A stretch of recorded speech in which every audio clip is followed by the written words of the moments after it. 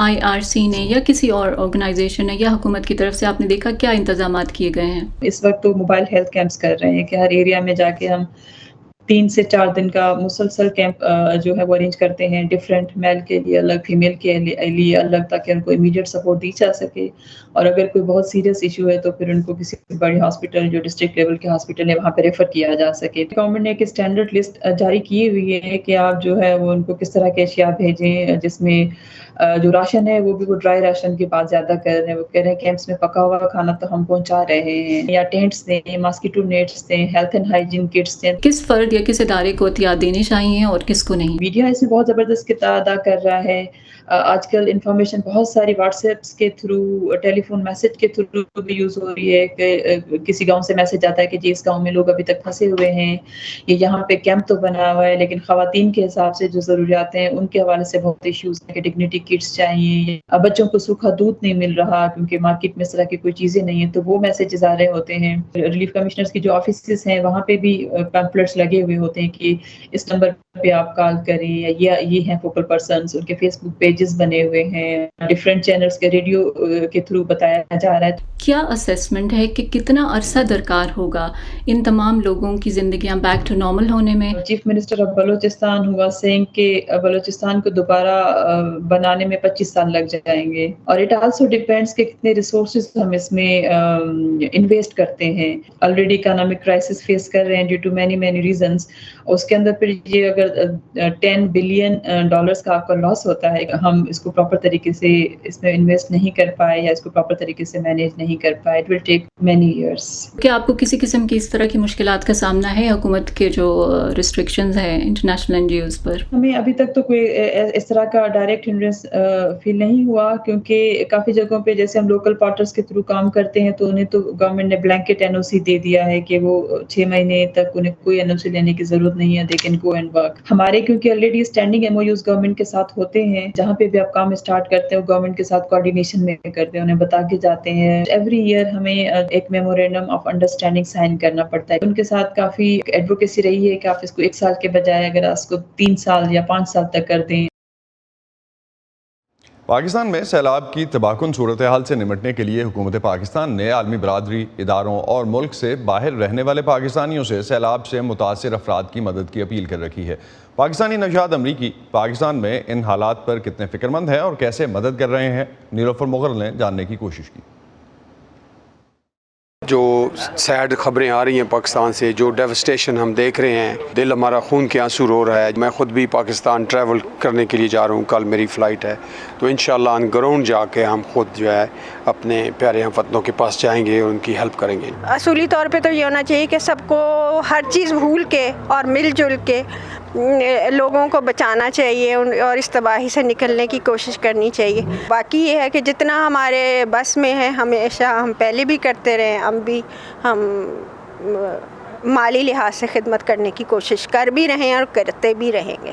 میں نے اپنے مرحوم دادا ابو کے نام پہ ایک فاؤنڈیشن شروع کیا امریکہ میں، اور میں نے ایکچولی 3 to 4 days میں کافی فرینڈز اور فیملی سے فنڈز اکٹھے کیا یہاں پہ، جو کہ مجھے آلموسٹ $1000 کا میرا گول تھا، کیونکہ ابھی میں نے اسٹارٹ کیا تو وہ ہو گیا 4 دنوں میں، تو اس کو میں ایکچولی ڈفرینٹ NGOs کو میں بھیجوں گا پاکستان میں۔ میں سنگر ہوں، صوفی اینڈ فوک سنگر، تو I am mostly live in Houston, so یہاں پہ ایک شو کے سلسلے میں آئی ہوئی ہوں ورجینیا۔ میرا خود کا اپنا گاؤں بھی بالکل مسمار ہو چکا ہے، تو جو بھی میں یہاں سے ارن کرتی ہوں، جو اپنے شوز سے، وہ میں ڈونیٹ کرتی ہوں۔ میں نے یہاں پہ اپنے کچھ دوستوں سے لے کے ڈونیشنز لے کے، اینڈ دین انشاءاللہ میں اس کو ڈائریکٹلی بھیج کے آج کل میں ول ہیلپ سم پیپل۔ ان پہ برا وقت ہے، ہم مدد کی استطاعت رکھتے ہیں تو ہمیں مدد کرنی چاہیے۔ یہاں پر بہت سے ایسے پاکستانی امریکی بھی ہیں جو کہ کروڑوں روپے میں امداد اس وقت پاکستان بھیج رہے ہیں۔ ان میں زیادہ تر کا یہ کہنا ہے کہ وہ کسی سیاسی وابستگی کے بغیر اس وقت پاکستان میں لوگوں کی مدد کر رہے ہیں۔ ان کا کہنا ہے کہ جب مصیبت آتی ہے تو یہ نہیں سوچنا چاہیے کہ وہ کس پارٹی کو سپورٹ کرتے ہیں۔ Nilofar Mughal, voice of America, Springfield, Virginia. آج کے دور میں سچائی اہم ہے۔ دنیا میں کہیں بھی سچ کو جانیے صرف ایک کلک سے۔ VOA+ پر معلومات اب آپ کی دسترس میں، سیاسی تبدیلیاں، حقیقی کہانیاں، حقیقی لوگ، صرف ایک کلک سے خود کو جوڑیے دنیا بھر کی آوازوں سے۔